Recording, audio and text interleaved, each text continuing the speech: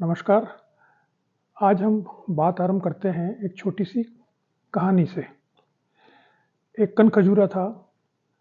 आप जानते हैं कनखजूरा के 100 पैर होते हैं। वो रोज चलता था आराम से। एक दिन उसको एक चूहा मिल गया। चूहा उसके पास गया और चूहे ने कहा कि कनखजूरे, तुम्हारे 1000 या 100 पैर हैं, तो तुम चलते हुए कौन सा पैर सबसे पहले उठाते हो?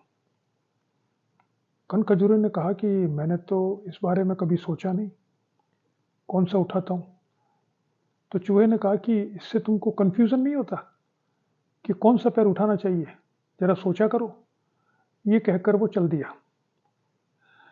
उसके बाद कनखजूरा सोच में पड़ गया और वो चलने से पहले सोचने लगा कि मैं कौन सा पैर उठाऊं पहले। और मैं पहले कौन सा उठाता था, उसने अब तक ध्यान नहीं दिया था। और जब वो सोचने लगा कि पहला पैर कौन सा उठाऊं, तो वो कोई भी पैर नहीं उठा पाया और वहीं पे रह गया। ये एक छोटी सी कहानी है, लेकिन ये हम सब पर लागू होती है कि हम सब इस सोच में रहते हैं कि पहले क्या करें, प्रायोरिटी क्या है। आप सब लोग परीक्षा की तैयारी कर रहे हैं। अब परीक्षा की तैयारी करते समय क्या काम पहले करना चाहिए? बहुत से काम हैं। नोट्स बनाने हैं, याद करना है, कोचिंग सेंटर में जाना है, जब तक नौकरी न मिले कहीं और कुछ कमाने का साधन करना है, स्वस्थ रहना है, घर के काम करने हैं वगैरह।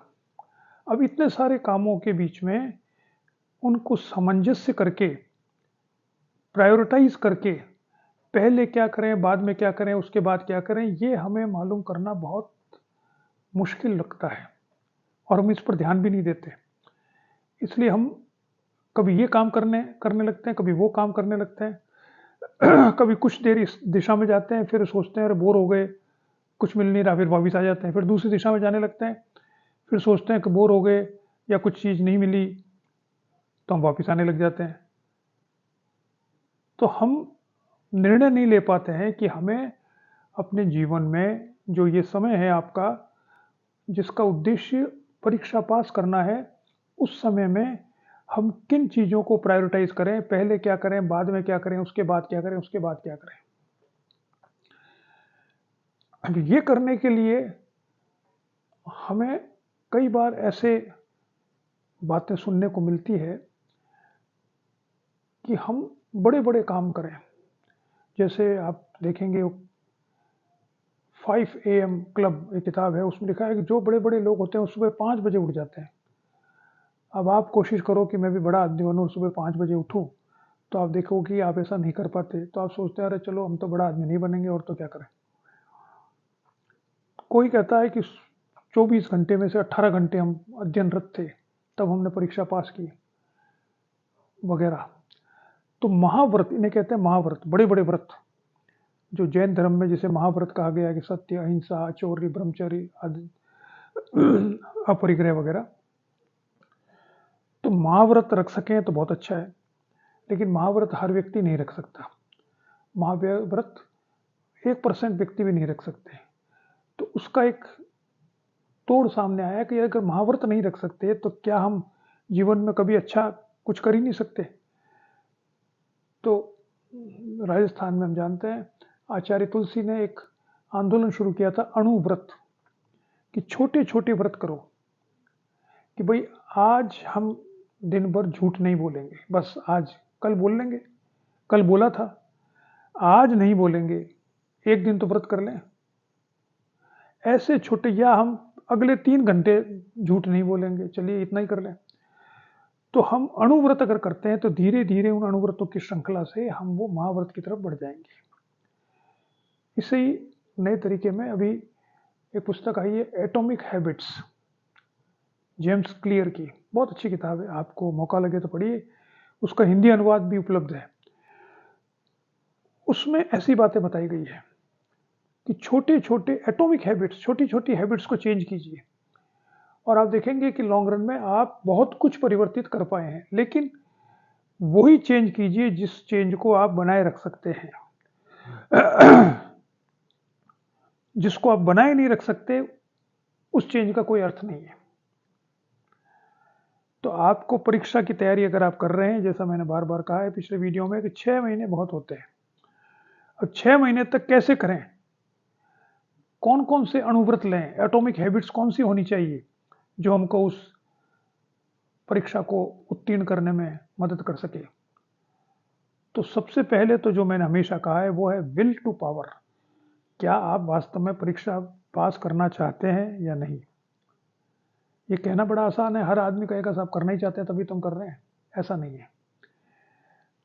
ऐसा नहीं है, क्योंकि अगर आप ये इच्छा रखते हैं कि हमें परीक्षा उत्तीर्ण करनी है, तो इसका अर्थ है हमें बहुत सी चीजें सेक्रीफाइस करनी पड़ेगी बिना कहे हुए।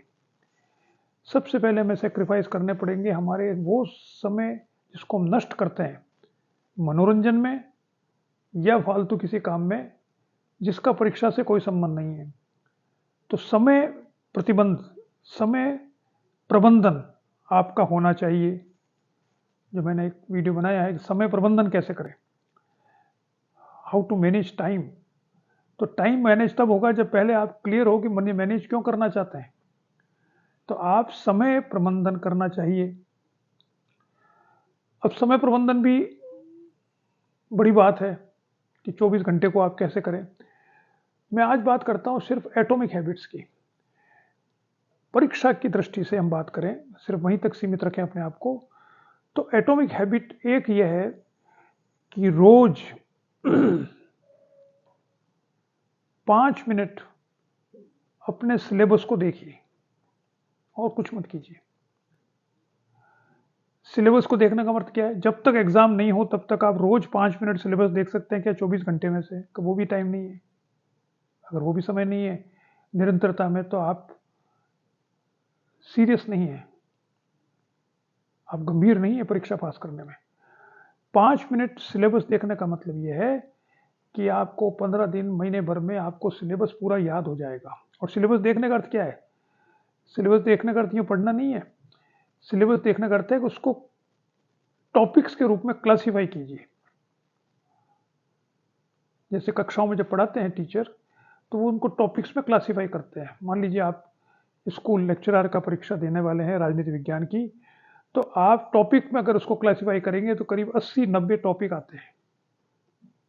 अलग अलग क्लासिफाई करने का अलग अलग तरीका होता है, तो आप कैसे करते हैं उस पर बहुत कुछ निर्भर करता है, लेकिन मेरे हिसाब से करीब 80-90 टॉपिक उसमें आते हैं। तो 80-90 टॉपिक को लाइन से लिख लीजिए क्रमबद्ध तरीके से, क्योंकि उसमें जो सिलेबस है आपका उसमें 2 भागों में विभक्त है। एक भाग में कहा गया कि इसमें आप बीए 12वीं तक की आपको नॉलेज होनी चाहिए, दूसरे भाग में कहा गया बीए तक की नॉलेज होनी चाहिए। लेकिन इसका कोई अर्थ नहीं है।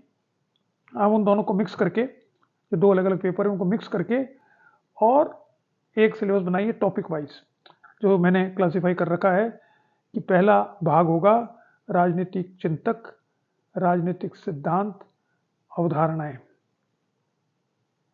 ये पहला भाग हो गया। दूसरा भाग हो गया तुलनात्मक राजनीति। तीसरा भाग हो गया भारतीय शासन और राजनीति। चौथा भाग हो गया अंतर्राष्ट्रीय राजनीति। ये 4 भाग हैं।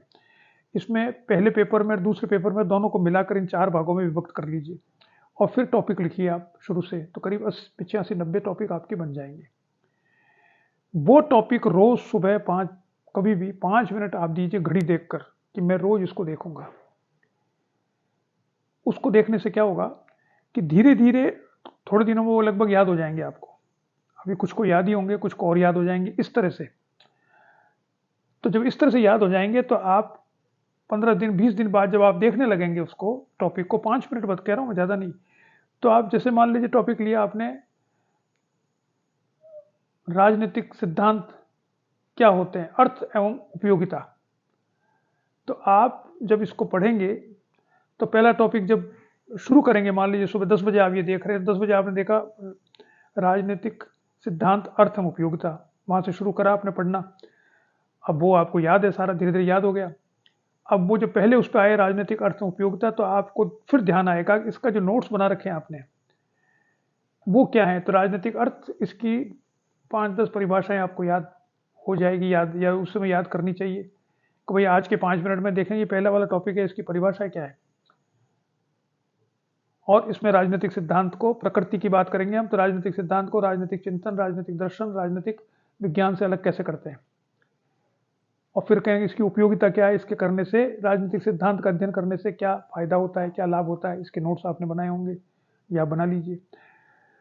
तो मेरा कहना यह है कि 6 महीने तक अगर आप रोज 5 मिनट मिनिमम, बता रहा हूं, बल्कि मैक्सिमम एक काम, बाकी काम तो आप करेंगी, समय आप अगर स्थिर कर सकें कि भाई मैं रोज सुबह 9 बजे ऐसा करूंगा, रोज सुबह 10 बजे ऐसा करूंगा, या रात को 8 बजे ऐसा करूंगा, कोई भी एक समय आप देख लीजिए जो आपको उचित लगता है कि मैं इन सबको लाइन से लिखकर और इनको देखूंगा रोज 5 मिनट तक। तो पहले 5 मिनट देखने पर आप पहले टॉपिक पर याद करने लगेंगे, आपको धीरे धीरे याद होने लगेगा, फिर दूसरा टॉपिक याद होने लगेगा, फिर तीसरा।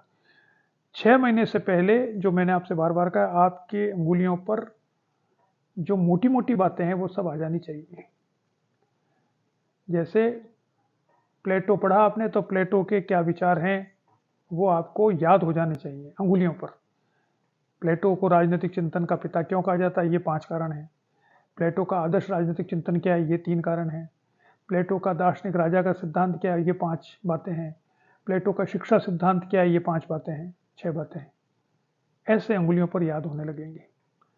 तो आज हम इतना ही देखते हैं कि आप एटॉमिक हैबिट्स शुरू करें 5 मिनट प्रतिदिन, और उसका लाभ क्या होगा वो आपको 1 महीने में मालूम पड़ने लग जाएगा। तब आप कहेंगे कि ये बहुत महत्वपूर्ण बात थी। ठीक है, नमस्कार।